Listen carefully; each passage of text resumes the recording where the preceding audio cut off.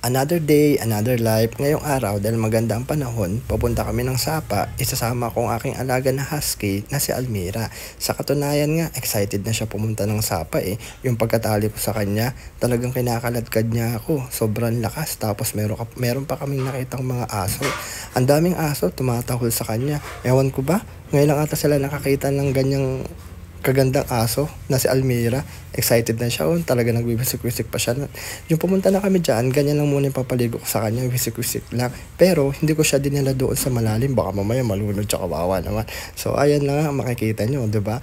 Yung agos ng Sapa, hindi naman ganun kalakas. Sapat lang, sakto lang. At malinaw na malinaw yung tubig. Medyo malamig kasi saktong-sakto naman sa kanya. Hindi naman siya ganun kainit, hindi rin ganun kalamig yung tubig. At higit sa lahat, nagustuhan niya talaga. Talagang lumalangoy pa siya dyan dun sa pinapaliguan niya. Ibang klase talaga tong aso na to.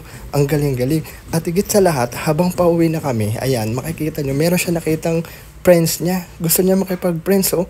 Sabi niya dyan, oh, anong pangalan mo? Friends na lang tayo. Tinitignan lang talaga siya. Oh, ayan, oh. Tignan mo yung itsura. Ang cute niya. Tapos nagtawag pa siya ng kanyang kakampi, oh. Nagtawag siya. Ang galing. See you to my next